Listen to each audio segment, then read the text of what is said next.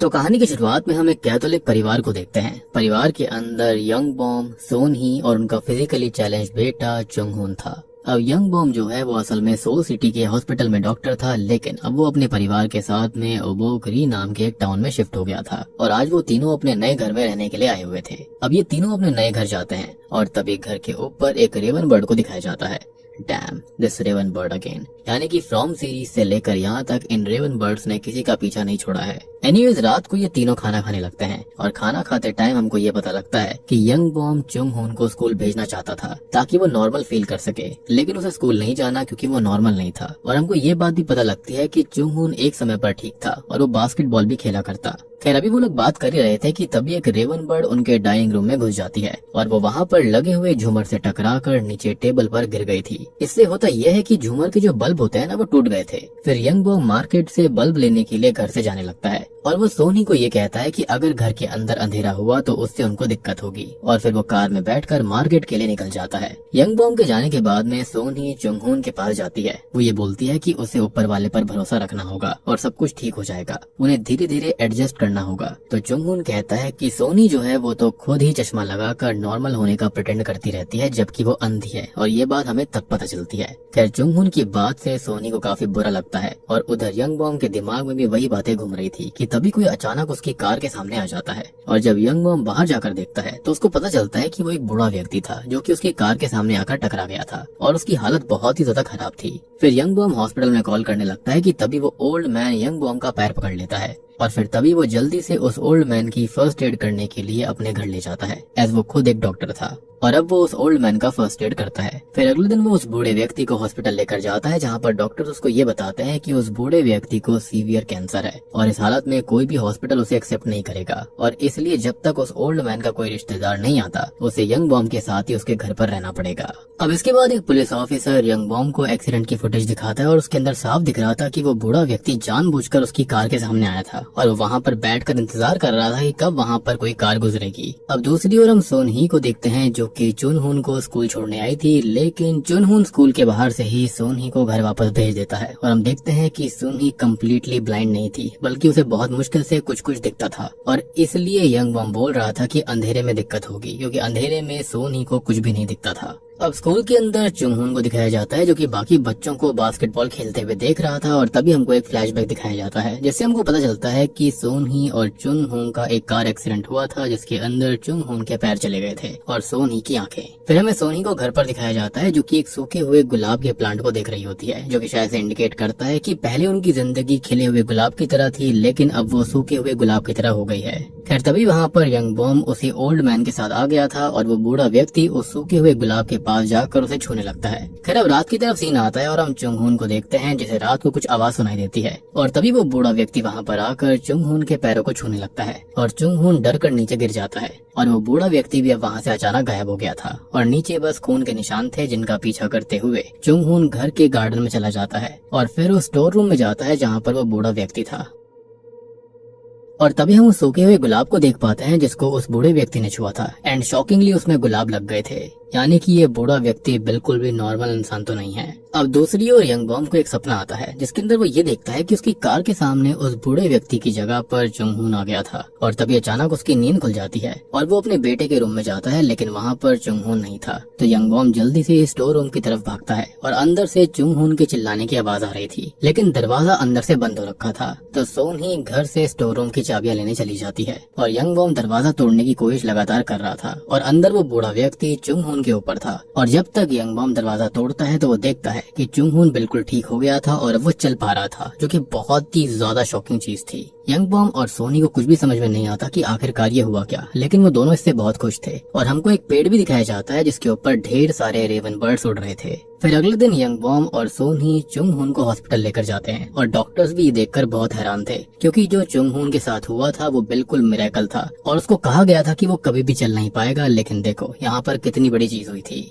अब तभी चुंगहुन young Baum को ये बताता है कि उसके पैर उसी बूढ़े व्यक्ति ने ठीक किए हैं। फिर रात को यंग बॉम उस बूढ़े व्यक्ति के वुंड्स को साफ करने लगता है, यानी कि उसके घाव को साफ करता है, और उस बूढ़े व्यक्ति की हालत धीरे धीरे और भी ज्यादा खराब होती जा रही थी। यंग बॉम उससे पूछ रहा होता है कि उसने वो सब कैसे किया, लेकिन वो बूढ़ा व्यक्ति कुछ भी नहीं बोल रहा होता। तभी यंग बॉम को उस बूढ़े व्यक्ति की गर्दन पर एक घाव दिखता है। फिर वहाँ पर सोनही उस बूढ़े व्यक्ति के लिए खाना लेकर आती है, लेकिन वो किसी चीज से टकरा कर नीचे गिर जाती है। और तभी यंग बॉम सोचता है कि किसी तरह से अगर वो बूढ़ा व्यक्ति सोनी को भी ठीक कर दे तो यंग बॉम की फैमिली फिर से खुशहाल हो जाएगी। अब अगले दिन यंग बॉम और सोनही चुंगहुन के लिए न्यू शूज लेकर आते हैं और फिर वो घर आ जाते हैं। लेकिन यंग बॉम को कुछ भी समझ में नहीं आ रहा था, लेकिन सोनी उसे ज्यादा ना सोचने के लिए कहती है। अगले दिन चुंगहुन साइकिल से स्कूल जाता है और उसे स्कूल जाते हुए यंग बॉम की नेबर अपने घर से देख रही थी। अब चुंगहुन के क्लासमेट उसको देखकर काफी हैरान थे, क्योंकि 2 दिन पहले तक चुंगहुन व्हील चेयर पर था और अब वो बिल्कुल ठीक हो चुका था। लेकिन हम गौर करते हैं कि उसका क्लासमेट मिनजे कुछ दिनों से एब्सेंट था, घर नहीं आ रहा था। अब इसके बाद यंग बॉम को दिखाया जाता है जो कि टाउन से बाहर उसी बूढ़े व्यक्ति के पोस्टर्स लगा रहा था कि तभी उसे एक आदमी मिलता है जो कि यंग बॉम को ये बताता है कि कोई भी ओबोक्री टाउन के पास कभी नहीं जाता,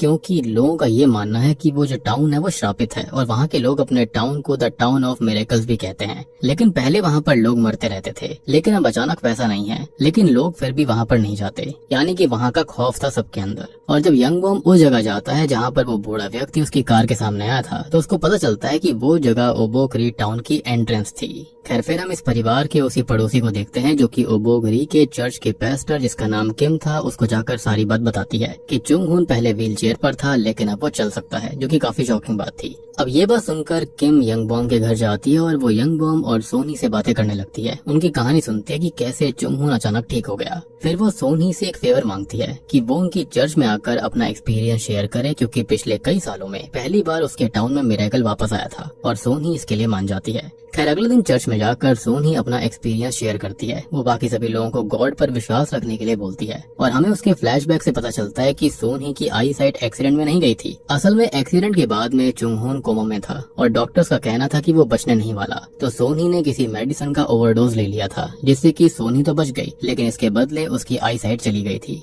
यानी कि उसने खुद को खत्म करने की कोशिश करी कि मेरा बच्चा नहीं बचेगा तो मैं भी क्यों जिंदा रहूं। खैर तभी चुंगहुन भी होश में आ गया था। फिर किम भी सभी लोगों को बताती है कि उनके टाउन में मिरेकल्स वापस आ गए हैं। और फिर तभी मास खत्म होने के बाद में हम चुनसू नाम की एक लेडी को देखते हैं जो कि किम पर काफी गुस्सा कर रही थी, क्योंकि किम ने उसे बोला था कि चुनसू का बेटा ठीक हो जाएगा। फिर वहाँ पर सोनी और यंग बॉम आते हैं और किम यंग बॉम को चुनसू के घर जाकर उसके बेटे को देखने के लिए कहती है, और यंग बॉम चुनसू के साथ उसके घर जाता है। वहाँ पर वो चुनसू के बेटे मिंजे से मिलता है, और मिंजे वही क्लासमेट है जो कि यहाँ पर कई दिन से आ नहीं रहा था। अब मिंजे उसको ये बताता है कि पिछले 4 दिनों से उसकी टांगे ऐसी हैं जैसे कि किसी ने उसको एनेस्थीसिया दे दिया हो, और उसकी टांगे बिल्कुल भी काम नहीं कर रही थी। वो बताता है कि वो बास्केटबॉल खेलता था और उसकी लेग्स बहुत स्ट्रांग थी, लेकिन करीबन 4 दिन पहले आधी रात के बाद ऐसा हुआ था। और तभी ये सुनकर यंग बॉम को ये समझ में आ जाता है कि उसी वक्त तो उसके बेटे चुंगहुन की टांगे ठीक हुई थी, या फिर कुछ तो ऐसा हुआ था कि किसी और की टांगों की जान उसके खुद के बेटे में डाल दी गई थी। खैर अब यंग बॉम मिंजे की टांगों को चेक करता है और उसके लेग पर वही सेम घाव होता है जो कि उस बूढ़े व्यक्ति की गर्दन पर था। तो मिंजे बताता है कि वो उसी टाइम उसके लेग पर अपीयर हुआ था, यानी कि 4 दिन पहले आधी रात के बाद में, जब उसकी टांगे नम हो गई थी। अब यंग बॉम को कुछ कुछ चीजें समझ में आ रही थी और वो जल्दी से घर जाता है और अपने बेटे की टांगों को चेक करता है, तो असल में उसकी टांग पर भी सेम ही घाव था। अब ये सब देखने के बाद में फाइनली यंग बॉम को सारी बात समझ आ जाती है कि जिसको वो मिरेकल समझ रहे थे असल में वो एक कर्ज था जो कि मिंजे पर चला गया है, और उस ओल्ड मैन ने मिंजे की टांग छीन ली है और उन्हें चुंगहुन को दे दिया है। और फिर यंग बॉम उस ओल्ड मैन के पास जाता है और वो ओल्ड मैन धीरे धीरे खत्म हो रहा था। यंग बॉम उससे पूछता है कि उसने ऐसा क्यों किया, लेकिन वो बस यंग बॉम की तरफ देखकर एक क्रीपी सी स्माइल देकर अपनी जीभ बाहर निकालता है। फिर इसके बाद यंग बॉम उस घाव के बारे में रिसर्च करने लगता है। उसको पता चलता है कि कुछ डेड बॉडीज पर भी सेम ही वुंड्स मिले थे, यानी कि सेम घाव थे। और हम उस बूढ़े व्यक्ति को भी देखते हैं जिसके नेल्स भी उसकी बॉडी से अलग हो रहे थे। ऐसा लग रहा था कि कुछ तो हो रहा था उसकी बॉडी के साथ में, जिसके चलते उसकी जान छूट रही थी।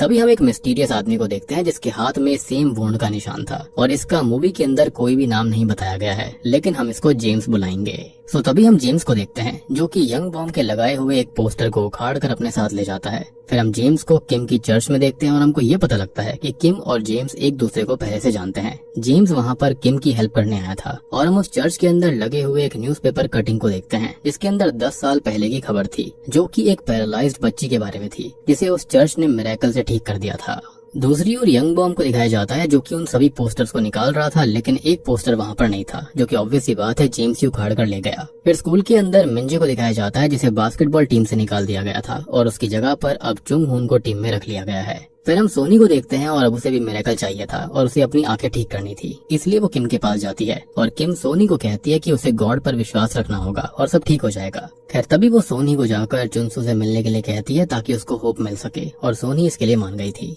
अब यंग बॉम जो होता है वो सारे के सारे पोस्टर्स को जला रहा होता है और तभी उसे चुंग हुन टेक्स्ट करके बताता है कि वो अब से बास्केटबॉल खेलेगा। फिर हम देखते हैं कि जेम्स यंग बॉम के घर के सिक्योरिटी कैमरास और दरवाजा तोड़कर घर के अंदर घुस गया था और उधर सोनी चुनसू और मिंजे के लिए कुछ गिफ्ट लेकर गई थी। अब चुनसू जो होती है वो सोनी को एक ब्रेसलेट देती है जो कि उसने खुद बनाया था और वो सोनी को सारी बात बताती है कि उसका हस्बैंड उसे बहुत मारा पीटा करता था और उसने घर छोड़ने का बहुत सोचा, लेकिन वो मिंजे को अकेला नहीं छोड़कर जा सकती थी, तो वो अपने हस्बैंड को झेलती रही। अब एक दिन उसका हस्बैंड शराब के नशे में फिसलकर नदी में गिर गया था और वहीं पर खत्म हो गया। लोग कहने लगे कि उसने उसे धक्का देकर खत्म कर दिया था, लेकिन उसने उसकी परवाह नहीं करी थी। लेकिन अब वो मिंजे के बारे में भी बातें कर रहे हैं और उससे वो बातें सहन नहीं होती, यानी कि हर कोई उस पर इल्जाम लगा रहा था कि उसके बेटे की हालत उसकी वजह से ऐसी हुई है। मतलब ये कहा जा सकता है कि ये टाउन ही मनहूस था, यहाँ के लोग भी बहुत वियर्ड थे। फिर सोनी जो है वो चुनसू से ये कहती है कि वो उसकी आंखों को छूना चाहती है, जिसके लिए उसने हाँ कर दिया था और वो अपनी आंखें उसको छूने देती है। अब सोनी उसको कहती है कि अब सब कुछ ठीक हो जाएगा और चुनसू सोनी को बताती है कि उस टाउन के लोग मिरेकल के लिए पागल हैं और वो मिरेकल के लिए कुछ भी कर सकते हैं। फिर हम यंग बॉम को देखते हैं जो कि चुंग हुन का ट्रायल मैच देखने आया था और तभी उसके पास एक सिक्योरिटी अलर्ट आता है कि उसके घर का सिक्योरिटी अलार्म ऑन हुआ था। तो वो जल्दी से अपने घर जाता है और वो देखता है कि पूरा घर बिखरा पड़ा था। वो जल्दी से स्टोर रूम में जाता है जहाँ पर जेम्स उस बूढ़े व्यक्ति को लेकर वहाँ से जा रहा होता है। तो यंग बॉम एक ग्लास लैंप लेकर उसे रुकने के लिए बोलता है, लेकिन जेम्स कहता है कि वो मिरेकल यानी कि वो ओल्ड मैन उसका है और यंग बॉम का उस पर कोई हक नहीं है। अब यंग बॉम उस ग्लास लैंप से जेम्स पर हमला कर देता है और उन दोनों के बीच में फाइट हो जाती है। जेम्स यहाँ पर उस पर काफी भारी पड़ रहा था और फिर वो बूढ़े व्यक्ति को लेकर वहाँ से जाने लगता है और कहता है कि उसने जो कुछ भी किया है उसके बाद वो मिरेकल यानी कि वो ओल्ड मैन उसका है और वो मिरेकल शुरू से ही उसका था। लेकिन जैसे ही जेम्स स्टोर रूम से बाहर जाता है तो चुंग हुन एक शवल से मारकर जेम्स को बेहोश कर देता है। अब जितनी देर में यंग बॉम पुलिस को बुलाता है उतनी ही देर में जेम्स वहाँ से भाग गया था। फिर वहाँ पर पुलिस आती है और वो यंग बॉम को जेम्स का पोस्टर दिखाकर पूछती है कि क्या ये वही आदमी था, लेकिन यंग बॉम झूठ बोलता है और कहता है कि नहीं, ये वो व्यक्ति नहीं था। तभी उसको ये पता चलता है कि जेम्स के ऊपर असल में खून करने का और किसी बिल्डिंग में लोगों को जलाकर खत्म करने का भी आरोप था और इसी के चलते वहाँ पर किम भी आई हुई थी। खैर पुलिस वहाँ से चली जाती है और सोनी अपने पति यंग बॉम से कहती है कि उन्हें उस बूढ़े व्यक्ति को हॉस्पिटल में रखना होगा, क्योंकि शायद जेम्स उस बूढ़े व्यक्ति को ही हर्ट करने आया था, घायल करने आया था। लेकिन यंग बॉम और चुंग हुन दोनों कहते हैं कि अगर उन्होंने ऐसा किया तो बाकी लोगों को भी उस बूढ़े व्यक्ति के बारे में पता चल सकता है और जेम्स की तरह और भी लोग उसके पीछे आएंगे। अब ये बात चुंग हुन ने इसलिए बोली थी क्योंकि उसने जेम्स की बातें सुनी थी कि आखिरकार ये मिरेकल कैसे हुआ था। अब चुंग हुन को भी उस ओल्ड मैन के मिरेकल पर शक होने लगा था और यंग बॉम भी चुंग हुन को सारी बात बता देता है कि चुंग हुन को मिंजे की ही टांगे मिली हैं, लेकिन चुंग हुन ये बात मानने को तैयार नहीं था।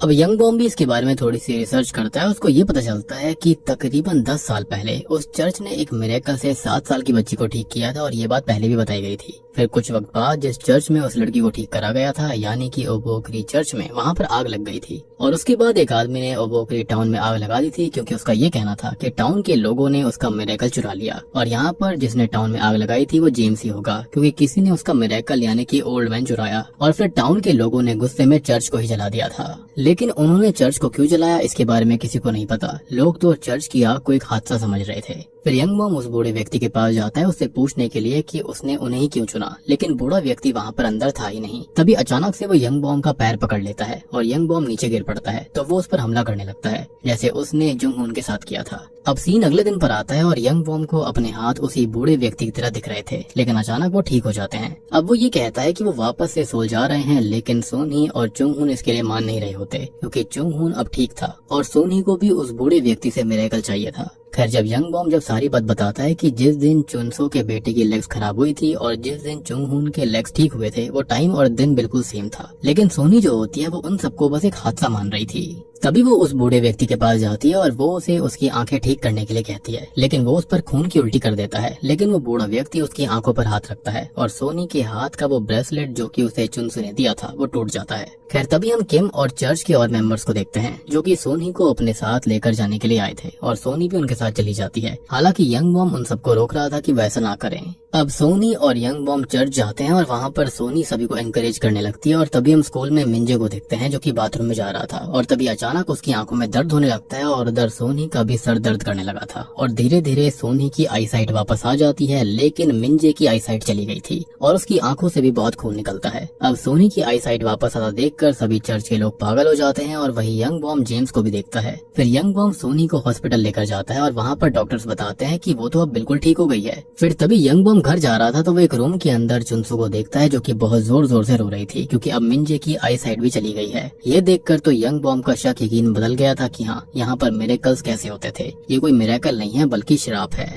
फिर चुंग हून यंग बॉम को कॉल करके बताता है कि जो कुछ भी यंग बॉम ने बताया था वो सब सच है और किम उसको ये बताती है कि सोन ही की आई साइट वापस आ गई है। तो चुनसो समझ जाती है कि सोन ही ने ही मिंजे की आई साइट छीनी है। फिर यंग बॉम को हॉस्पिटल में जेम्स दिखता है तो वो जेम्स का पीछा करने लगता है और वो सोनी को वहीं पर इंतजार करने के लिए बोल रहा था। फिर चुनसो सोनी को कॉल करती है और सोनी उसका जवाब नहीं देती क्योंकि उसको ऐसा लग रहा था कि उसे शायद से चुनसो की ही आई साइट मिली है, लेकिन सोनी उस रूम से बाहर ही थी जहाँ पर मिंजे एडमिट था। और जब सोनी ये देखती है कि उसे मिंजे की आंखें मिली हैं तो वो बहुत ही ज्यादा दुखी हो जाती है क्योंकि ऐसा वो भी नहीं चाहती थी, लेकिन अल्टीमेटली वो जो कुछ भी चाह रही थी जैसे कि चुनसू की आई साइट वो भी तो गलत ही था। दूसरी ओर यंग बॉम जेम्स का पीछा करते करते उसके घर पहुंच गया था और जब यंग बॉम अंदर जाता है तो जेम्स उसे पकड़कर एक रस्सी के साथ बांध देता है और फिर उसकी थाई में एक चाकू से स्टैब कर देता है और उसको वहीं पर छोड़ देता है। उसके जाते ही किसी तरह से यंग बॉम खुद को आजाद करता है और अपने पास एक चाकू रख लेता है जो कि वहीं पास में पड़ा हुआ था। फिर जब जेम्स वहाँ पर आता है तो यंग बॉम मरने का नाटक करता है, लेकिन जेम्स कहता है कि अभी यंग बॉम मर नहीं सकता क्योंकि उसे उसकी जरूरत है। और तभी यंग बॉम जेम्स की गर्दन में वो चाकू स्टैब कर देता है और वो वहाँ से भागने लगता है, लेकिन वो देखता है कि दूसरे रूम में एक लड़की थी जो कि जेम्स की छोटी बहन थी और वो वही लड़की थी जिसको चर्च वालों ने 10 साल पहले मिरेकल से ठीक किया था, लेकिन वो अब फिर से पैरालाइज्ड हो गई थी क्योंकि किसी ने उस बूढ़े व्यक्ति को जेम्स से छीन लिया था। और इसका मतलब ये था कि जब तक आपके पास वो बूढ़ा व्यक्ति रहेगा तभी तक ये मिरेकल भी रहेगा। अगर वो बूढ़ा व्यक्ति आपके घर से चला गया तो मिरेकल भी उसके साथ ही चले जाएंगे। अब वहीं बेड पर एक नोटबुक पड़ी हुई थी जिसके अंदर उन सभी मिरेकल्स के बारे में न्यूज़पेपर कटिंग थी जो कि उस बूढ़े व्यक्ति ने करी थी। अब जेम्स बताता है कि कोई भी चोजन वन नहीं था, ना ही यंग बॉम है और उस बूढ़े व्यक्ति को रोकने का सिर्फ एक ही तरीका है कि उस मिरेकल को ही छोड़ दिया जाए, यानी कि उस ओल्ड मैन और उसके मिरेकल के लिए ऑब्सेशन को छोड़ दिया जाए क्योंकि वो दूसरे लोगों को हर्ट करके बाकी लोगों को ठीक करता है, जो कि भगवान का नहीं बल्कि किसी शैतान का ही काम हो सकता है। अब जेम्स ये भी कहता है कि टाउन के सभी लोग और यंग बॉम का परिवार सभी खत्म हो जाएंगे क्योंकि वो इस चीज पर भरोसा कर रहे थे, यानी कि ये मिरेकल पर, जबकि एक श्राप था। लेकिन जेम्स ये कहता है कि उसे अपनी परवाह नहीं है, अपनी चिंता नहीं है, क्योंकि जब तक वो उस कर्ज को नहीं लेगा तब तक यहाँ पर उसे कुछ नहीं होगा। बेसिकली वो मिरेकल्स पर विश्वास नहीं रखता था और अब तक हम समझ चुके हैं कि ये मिरेकल नहीं बल्कि एक कर्ज है। फिर इसके बाद यंग बॉम जल्दी से घर जाता है और वो चुन हून और सोन ही को लेकर उस टाउन से जाने लगता है क्योंकि बस यही एक तरीका था उस बूढ़े व्यक्ति को और उसके कर्ज को रोकने का, क्योंकि उन्हें लग रहा था कि वो एक मिरेकल है लेकिन असल में वो एक श्राप था। खैर अब जैसे ही यंग बॉम की कार उस टाउन की बाउंड्री को क्रॉस करती है हमको फिर से वही पेड़ और कौवे दिखाई जाते हैं, रेवन बर्ड दिखाई जाते हैं और अचानक से ही चुंग हून की टांगे दर्द करने लगती हैं और उसकी लेग्स फिर से पैरालाइज्ड हो गई थी। सोन ही की भी आई साइट चली जाती है, यानी कि अगर आप ओल्ड मैन को छोड़कर चले जाओगे तो उसका मिरेकल भी खत्म हो जाएगा और इसलिए यंग बॉम वापस से अपने घर जाता है और वो उस ओल्ड मैन से सोन ही की आई साइट और चुंग हून के लेग्स को वापस करने के लिए कहता है, लेकिन वो ओल्ड मैन बस हंसे जा रहा था और तभी वहाँ पर चुनसू आकर सोनी को बताती है कि उसको पता चल गया है कि उसने ही उसके बेटे मिंजे की आई साइट छीनी है और फिर वो अंदर स्टोर रूम में चली जाती है और वो उस ओल्ड मैन से कहती है कि मिंजे की आई साइट और लेग्स वापस दे दो। तभी यंग बॉम उसे रोकने लगता है और समझाने लगता है कि वो मिरेकल नहीं बल्कि श्राप है, लेकिन चुनसू उस पर एक शार्प वेपन से हमला करने लगती है और तभी वहाँ पर सोनी भी आ गई थी और वो भी चुनसू को रुकने के लिए कहती है, लेकिन इसलिए नहीं कि उसे ऐसा लग रहा था कि वो ओल्ड मैन मिरेकल नहीं बल्कि कर्स है, बल्कि वो उसको अभी भी मिरेकल ही मान रही थी। तो वो ओल्ड मैन चुनसू को कहता है कि सोनी को मारकर उसे मिंजे की आई साइट और टांगे दोनों मिल सकती हैं और ये सुनते ही चुनसू तुरंत ही सोनी पर हमला करने लगती है। मतलब देख रहे हो कि ईविल ने कैसे एक दूसरे के खिलाफ सबको भड़का दिया था। अब तभी यंग बॉम सोनी को बचाने के लिए बहुत कोशिश करता है, लेकिन चुनसू सोनी को खत्म कर देती है और फिर चुनसू उस बूढ़े व्यक्ति से कहती है कि वो उसके बेटे को ठीक कर दे और वो जो कुछ भी बोलेगा वो उसको देने के लिए तैयार थी। लेकिन तभी यंग बॉम गुस्से में चुनसू का गला दबाने लगता है और उस बूढ़े व्यक्ति के फेस पर स्माइल देखता है और समझ जाता है कि उस बूढ़े व्यक्ति को सेक्रीफाइस चाहिए, तभी वो उसकी बीवी और बेटे को ठीक करेगा। लेकिन यंग बॉम चुनसू को नहीं खत्म करता और वो उसे मिंजे के पास जाने के लिए कहता है और फिर वो सोनी की लाश को बाहर लेकर जाता है और फिर यंग बॉम खुद अंदर चला गया था। वो उस बूढ़े व्यक्ति से कहता है कि सोन ही को जिंदा कर दो और फिर वो खुद का ही सेक्रीफाइस देगा। लेकिन तभी वो बूढ़ा व्यक्ति यंग बॉम के ऊपर आकर कुछ करने लगता है और यंग बॉम भी फिर से जिंदा हो गया था। यहाँ वो ओल्ड मैन उसे सारी बात बताता है कि वो इतने टाइम से किसी ऐसे को ही ढूंढ रहा था जो कि खुद का सेक्रीफाइस दे सके, ताकि वो ओल्ड मैन अपना कर्ज यानी कि मिरेकल परफॉर्म करने का कर्ज उस आदमी में ट्रांसफर कर सके और वो खुद आजाद हो सके। अब यहाँ उसने अपना वो कर्ज यंग बॉम में ट्रांसफर कर दिया था और उस ओल्ड मैन ने यंग बॉम को उसी दिन शापित कर दिया था जिस दिन पहली बार वो बूढ़ा व्यक्ति उसको मिला और उसने उसे छुआ था। ये मिरेकल और सारी चीजें बस एक ट्रैप था, क्योंकि वो ओल्ड मैन वैसे भी मिरेकल को रोकने वाला था ताकि यंग बॉम खुद का सेक्रीफाइस दे सके। और अब आपको ये बात भी समझ में आई होगी कि यहाँ पर यंग बॉम को खुद के अंदर उस बूढ़े व्यक्ति की झलक क्यों दिखाई दी थी, क्योंकि उसके ऊपर कर्ज पहले से ही था। और वो ये बोलता है कि वो सिर्फ बच्चों को हर्ट करता है क्योंकि बच्चों के लिए उसके माता पिता कुछ भी कर सकते हैं, जैसे कि चुनसू जो थी वो कुछ भी करने के लिए तैयार थी और जैसे यंग बॉम ने किया था। और यही उस ओल्ड मैन का प्लान था, क्योंकि अगर यंग बॉम खुद का सेक्रीफाइस नहीं देता तो चुनसू दे देती, और इसलिए उस ओल्ड मैन ने चुनसू के बेटे की आई साइट और लेग्स छीनकर चुंगहून और सोन ही को दे दी थी। तो बेसिकली जिसे पूरी मूवी के अंदर मिरेकल बताया गया था वो असल में एक फेवर था, एक हेल्प के बदले दूसरी हेल्प। अब उस बूढ़े व्यक्ति ने सोनी को जिंदा कर दिया था और उसके बदले उसने अपना कर्ज उसके पति यंग बॉम को ट्रांसफर कर दिया, यानी कि ए फेवर, और यही इस मूवी का नाम भी है। खैर अब हम यंग बॉम की आंखों का रंग देख पाते हैं जो कि पूरी तरह काली थी, यानी कि अब वो खुद ओल्ड मैन बन चुका है जो कि अपने साथ एक कर्ज लेकर घूमेगा जब तक कि उसे अपने जैसा कोई नहीं मिल जाता जो कि खुद का सेक्रीफाइस देने को तैयार हो। और तब तक यंग बॉम धीरे धीरे बहुत ही बुरी मौत मरता रहेगा, हर रोज कैंसर के साथ, और उसे हर पल बहुत दर्द रहेगा, इतना कि वो खुद के कर्ज को किसी और को देने के लिए बच्चों को हर्ट करेगा, मजबूर करेगा। यानी कि मुझे ऐसा लगता है कि ओल्ड मैन के साथ भी ऐसी ही चीज हुई होगी, लेकिन इसका ओरिजिनेटर कौन था इसके बारे में अभी पता नहीं था। मे बी कोई डीमन है या फिर किसी डीमन ने ऐसा कर्ज दिया होगा। मुझे लगता है कि जो इस चीज का ओरिजिनेटर होगा उसने भी किसी चीज के लिए विश करी होगी, लेकिन डीमन ने उसके साथ ट्रिक खेली होगी और उसके बाद से ये साइकिल चलती आ रही है। खैर अब हम ये देखते हैं कि जैसे ही ये कर्ज ट्रांसफर होता है तो वो ओल्ड मैन धीरे धीरे खत्म होने लगता है, जलने लगता है और राख बनकर उड़ जाता है, यानी कि उसका इंसानी शरीर खत्म हो गया था, कर्ज ट्रांसफर हो चुका था यंग बॉम के अंदर। हम सोनी को देखते हैं जो कि अब जिंदा हो गई थी, और मूवी की एंडिंग में हम यंग बॉम को देखते हैं जो कि फाइनली उसी बूढ़े व्यक्ति की तरह दिख रहा था और वो एक कार के सामने आकर टकरा जाता है, यानी कि अब फिर से वही सब होगा जो कि पहले हुआ था। और ये लोग जो आ रहे थे वो पक्का इसी टाउन के अंदर रहने आ रहे होंगे, जिनके साथ में कुछ न कुछ दिक्कत होगी, यानी कि ये कर्ज इसी तरह से काम करता है जैसे कि मूवी की शुरुआत में यंग बॉम के साथ हुआ था। और बूम, इसी के साथ में द फेवर मूवी यहीं पर खत्म हो जाती है।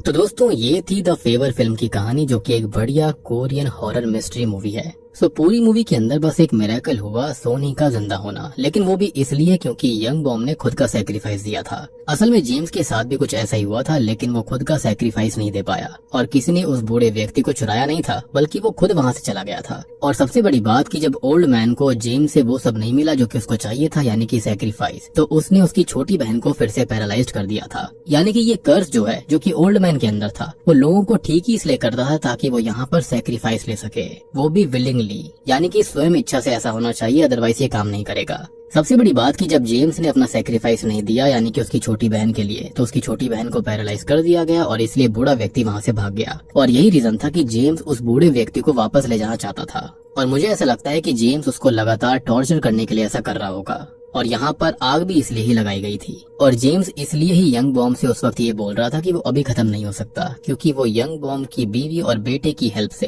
यंग बॉम का सेक्रीफाइस करवाने वाला था। और ऐसे वो उस ओल्ड मैन से अपनी बहन को ठीक करने के लिए बोलता, जो कि एक्चुअल में बार्गेनिंग थी, कोई मिरेकल नहीं, क्योंकि सोनी की आई साइट चली गई थी और जुंगहून की लेग्स नम हो गई थी, यानी कि पहले जैसी हो गई थी। तो इसका मतलब ये था कि मिंजे भी अब ठीक हो गया होगा। असल में वो ओल्ड मैन का मिरेकल नहीं बल्कि उसकी ट्रिक्स थी, जो कि वो खुद का कर्ज ट्रांसफर करने के लिए इस्तेमाल कर रहा था। बेसिकली खुद की आजादी चाहता था, क्योंकि जो कुछ भी मिरेकल्स उसने किए थे वो सभी टेम्परेरी थे, और इसलिए जेम्स के हाथ पर वो निशान था, क्योंकि उसने सेक्रीफाइस नहीं दिया, लेकिन वो कर्ज हो गया था। और अब आपको समझ में आया होगा कि यहाँ पर कितने सारे लोगों के हाथ पर निशान थे और लेग पर भी निशान थे, यानी कि जो पार्ट ठीक होगा वहाँ पर निशान होगा। और इतने वक्त से ये ओल्ड मैन यानी कि ये कर्स ऐसे ही व्यक्ति को ढूंढ रहा था जो कि खुद का सैक्रिफाइस दे सके। अब देखो, जब जेम्स ने ये बताया था यंग बॉम को कि उस बूढ़े व्यक्ति को पीछे छोड़कर जाने से ही सब कुछ रुक सकता है, और ऐसा करा भी गया था। लेकिन यंग बॉम ने एक बात नोटिस करी कि उस बूढ़े व्यक्ति ने उसकी बीवी को और बेटे को ठीक कर दिया था, उनकी जिंदगी ठीक हो गई थी, और उनकी ही खुशी देखकर वो वापस उस ओल्ड मैन के पास गया था। जैसा कि जेम्स ने बोला था कि कोई भी भला क्यों उस मिरेकल को छोड़कर जाएगा, और यंग बॉम को ये लग रहा था कि उस बूढ़े व्यक्ति को दूसरे लोगों का सैक्रिफाइस चाहिए, जबकि उसे तो कोई ऐसा चाहिए था जो कि खुद का सैक्रिफाइस अपने परिवार के लिए विलिंगली दे सके। और ये बात यंग बॉम को तब तक पता चलती है, तब तक बहुत देर हो गई थी, क्योंकि सोनी की आई साइट और जुंग हुन के लेग्स कभी नॉर्मल रहने ही नहीं वाले थे। वो तो बस यंग बॉम को मैनिपुलेट करने के लिए उस ओल्ड मैन की ट्रिक थी। और क्योंकि अब यंग बॉम भी श्रापित हो चुका है, वो खुद वही ओल्ड मैन बन गया है, तो ये साइकिल अब फिर से रिपीट होती रहेगी। बस फर्क इतना होगा कि अब यहाँ पर यंग बॉम की फैमिली नहीं होगी, कोई और परिवार होगा, और ये तब तक चलेगा जब तक कि कोई और परिवार का आदमी या फिर लेडी अपना खुद का सैक्रिफाइस नहीं देता अपने बच्चों के लिए या फिर अपने जानने वालों के लिए। तो अब आपको समझ में आया होगा कि ये ओल्ड मैन के अंदर जो कोई भी चीज थी वो कोई डीमन था, जो कि इसी तरह सैक्रिफाइस लेता है और अपने आप को जिंदा रखता है, शक्तिशाली रखता है। यहाँ पर कभी कोई मिरेकल था ही नहीं। बेसिकली एक सैक्रिफाइस लेने के लिए वो किसी परिवार की हेल्प करता है, बल्कि ऐसा दिखाता है कि उसने हेल्प कर दी है, लेकिन अल्टीमेटली फाइनली उसको खाली वही चीज चाहिए होती है जो कि था सैक्रिफाइस। और अंत में होता यह है कि लोग तंग आकर या तो बूढ़े व्यक्ति को छोड़कर चले जाते हैं और वापस से उनकी जिंदगी नॉर्मल हो जाती है, या तो फिर यही होता है कि वो मैनिपुलेट करके लोगों को एक दूसरे के खिलाफ भड़का देता है और खत्म कर देता है, जैसा कि यहाँ पर चुनसो के साथ वो करवा रहा था।